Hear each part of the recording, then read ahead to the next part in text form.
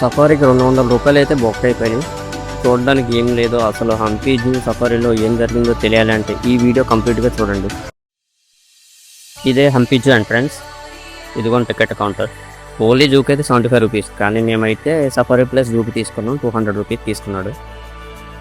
పదండి లోపలికి వెళ్ళి చూద్దాం అసలు ఏంటి సంగతి అనేది. ఇక్కడ రైట్ సైడ్ అయితే ఒక మ్యాప్ ఉంది, దాన్ని లుక్ వేసిపోదాం. ఒకవేళ మీరు ఓన్లీ జూ టికెట్ తీసుకుని ఉంటే ఇక్కడ వైట్ కలర్లో మీకు కనిపిస్తుంది కదా రూటు, ఓన్లీ ఆ యానిమల్స్ని కవర్ చేయడానికి అవుతుంది. ఒకవేళ మీరు సఫారీకి టికెట్ తీసుకున్నట్లయితే వేరే సపరేట్ రూట్ ఉంది చూసారా, ఇక్కడ మీరు సింహాలని ప్లస్ పులుల్ని అండ్ ఈ డిఫరెంట్ కైండ్ ఆఫ్ డీర్స్ని కవర్ చేయొచ్చు అనమాట. అవి కవర్ చేశాక మీకు జంక్షన్లో వదిలేస్తారు. మీరు నార్మల్ జూని ఎక్స్పీరియన్స్ చేయొచ్చు నడుచుకుంటా వెళ్ళి. మళ్ళీ జంక్షన్కి వస్తే వాళ్ళు ఎంట్రన్స్లో దింపేస్తారు బస్ మీద. మన బస్సు అదిగోండి అక్కడ ఉంది, పదండి ఎక్కేద్దాం. మన బస్సు అయితే స్టార్ట్ అయిపోయింది. పదండి ఎక్స్ప్లోర్ చేయడానికి పోదాం. ఇక్కడ ఏదో లైన్ సఫారీ గేట్ అంట, లోపల లైన్స్ ఉంటాయి. పదండి. సింహం అదిగోండి అక్కడే ఉంది. ఇది అటు సఫారీ అన్న డౌట్ వచ్చేలాగా కేజెస్ అలా లోపల పెట్టారు. ఇట్లా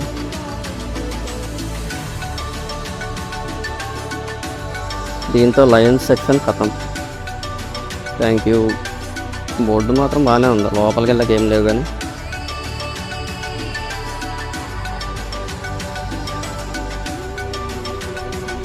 అదిగోండి టైగర్ సెవెన్. ఎంటర్ అయి చూద్దాం ఏముందో. చూద్దాం మరి అసలు ఇందులో అయినా పులిని లోపల పెట్టారా అసలు బయటను పెట్టారా అనేది.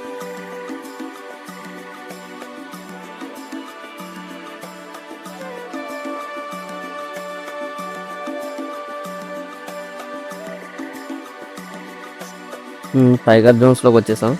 ఇది కూడా కవర్ చేశారు మెష్ చేసి. అది కొంచెం దూరంగా ఉంది కదా, అదే టైగరు. ఇటు సైడు అది వైట్ టైగర్. ఇది చూడడానికి బాగానే ఉన్నాయి, కానీ కేజెడ్ వల్ల అంత అడ్వెంచరస్ కనిపెట్టింది. ఇప్పుడు హెర్బివరస్లోకి ఎంటర్ అయ్యాం. చూద్దాం అసలు ఈ శాఖాహారాలైనా బయటను పెట్టారా కేజీలో పెట్టారనేది. చెట్లు అయితే మాత్రం చాలా అట్రాక్టివ్గా కనిపిస్తాయి. అదృష్టం కొద్ది వీటిని అయితే మాత్రం బయటనే వదిలేశారు.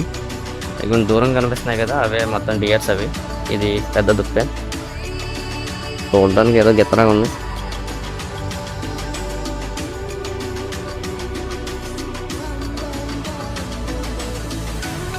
రెండింటితో పోల్చుకుంటే కొంచెం ఇదే బెటర్గా ఉంది.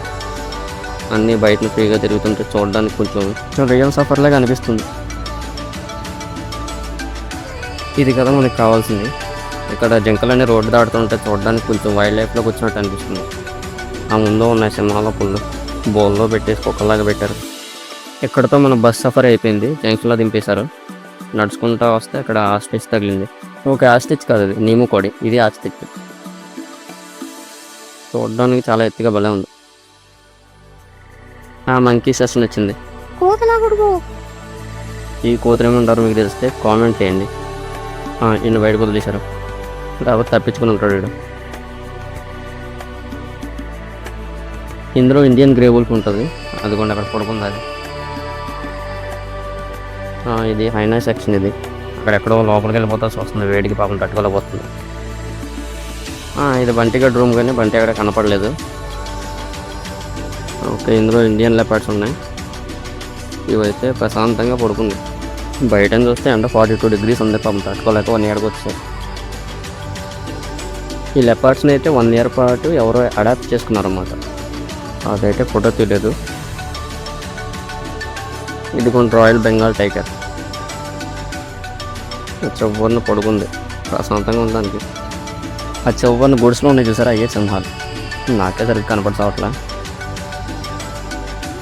ఇంక ఇదంతా పెట్లు, బాతులు, పక్షుల సెక్షన్. ఇదంతా నెమలు చూసారా చెట్టు మీద ఎలా ఉందో. ఎంతకన్నీ నీడకు పోతున్నాయి. ఇంకన్నీ చిన్న చిన్న ప్యారెట్స్ అవి. ఇక్కడ ఏదో ఐడెంటిఫికేషన్ కోసం పెట్టాడు. మొసం సెక్షన్ ఇది. ఆ చెవ్వని ఉంది, జూమ్ చేస్తే కానీ కనబట్టలే. ఇంకా ఎన్న అయిపోయాక బ్రిడ్జ్ ఒకటి ఉంది, దాటుకుంటా పోతే ఇక్కడ జిరాఫీ ఉంది. ఎండగా ఉండడం వల్ల అన్నీ నీడకు పోతున్నాయి. మేము కూడా కరెక్ట్గా ఎండ టైంలో వచ్చాం. ఇంకా చివరిదైతే హిపోపోటమస్ కంప్లీటెడ్. దీంతో జూ ఇంతటితో జూ చాప్టర్ ఫినిష్. మీకు ఈ వీడియో నచ్చినట్లయితే లైక్ చేసుకోండి, సబ్స్క్రైబ్ చేయండి.